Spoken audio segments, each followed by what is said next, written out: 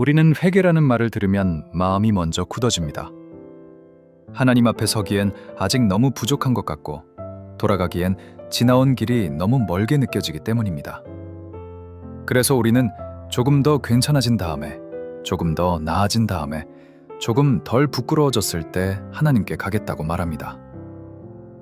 하지만 삶이 가장 막혀 있을 때, 기도가 입술에서 멈춰버릴 때, 마음이 더 이상 앞으로 나아가지 못할 때, 그때가 바로 하나님께로 돌아가야 할 순간일지도 모릅니다. 그러므로 너희가 회개하고 돌이켜 너희 죄 없이 함을 받으라. 이같이 하면 새롭게 되는 날이 주 앞으로부터 이를 것이요.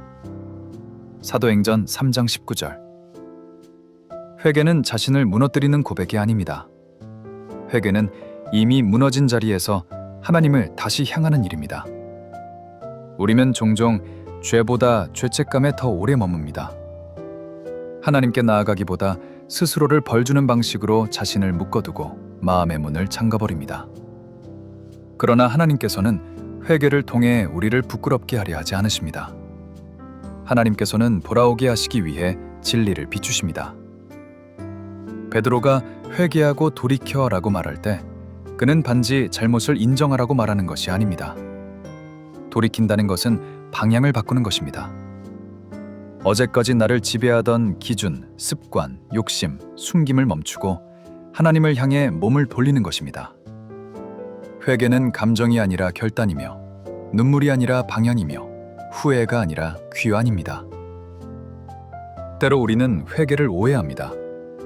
회개는 하나님께 나아가 사과하는 행위가 아니라 하나님의 품으로 돌아가는 믿음의 움직임입니다. 죄를 고백하는 입술만큼 중요한 것은 죄를 숨기던 손을 내려놓는 것입니다. 회개는 진실을 말하는 순간이며 진실 앞에서 더 이상 도망치지 않는 순간입니다.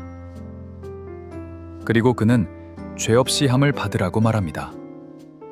회개는 내가 나를 용서하는 심리적 위안이 아니라 하나님께서 실제로 죄를 씻으시는 은혜입니다. 우리는 종종 용서를 느낌으로 확인하려 하지만 하나님의 용서는 약속으로 주어집니다. 내 마음이 즉시 가벼워지지 않아도 하나님께서는 그리스도 안에서 죄를 사하셨다고 선언하십니다. 회개는 그 선언 앞에 무릎을 꿇는 것입니다. 그래서 회개는 늘 가볍지 않습니다. 우리는 죄를 내려놓는 대신 붙들고 살고 싶어 하고 익숙한 어둠이 낯선 빛보다 편할 때도 있기 때문입니다. 하지만 하나님께서는 그 빛으로 우리를 해치지 않으십니다. 그 빛은 드러내기 위해서가 아니라 살리기 위해 비춥니다.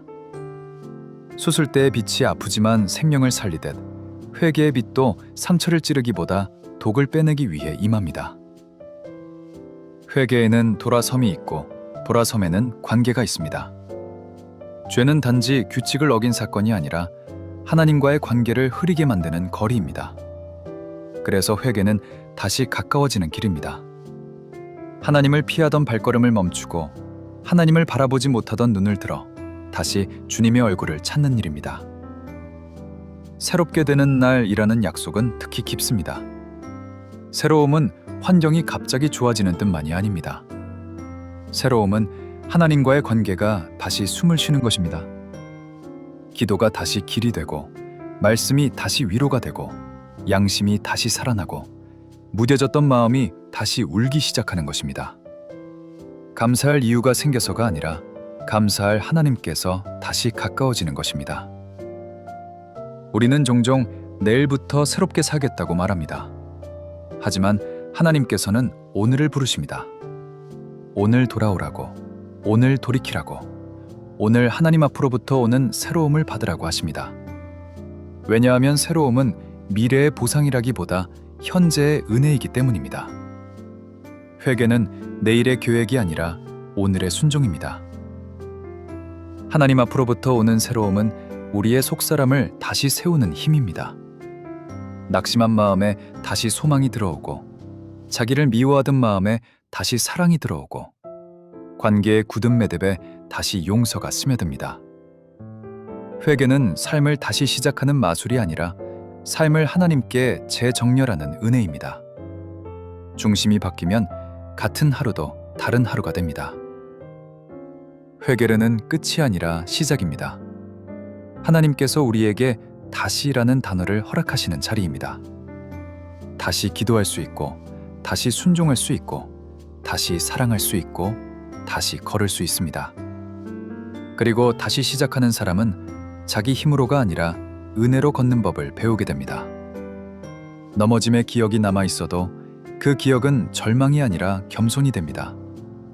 하나님 없이는 살 수 없음을 아는 겸손. 그래서 하나님과 함께 걷는 담대함입니다. 오늘 마음이 막혀 있다면, 오늘 숨이 가쁘다면, 오늘 하나님이 멀게 느껴진다면 바로 오늘이 돌아설 날일 수 있습니다.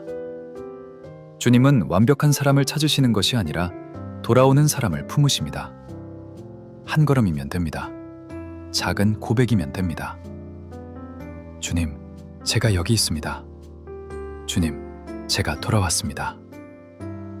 그 한마디로 새롭게 되는 날이 시작됩니다.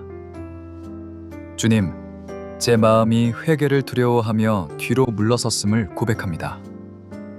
제 안에 숨은 죄도 빛 가운데로 이끌어 주소서.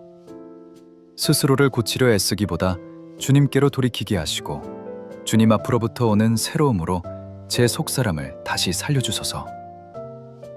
정죄가 아니라 은혜를, 두려움이 아니라 평안을, 도망이 아니라 귀환을 선택하게 하소서. 예수님의 이름으로 기도드립니다. 아멘.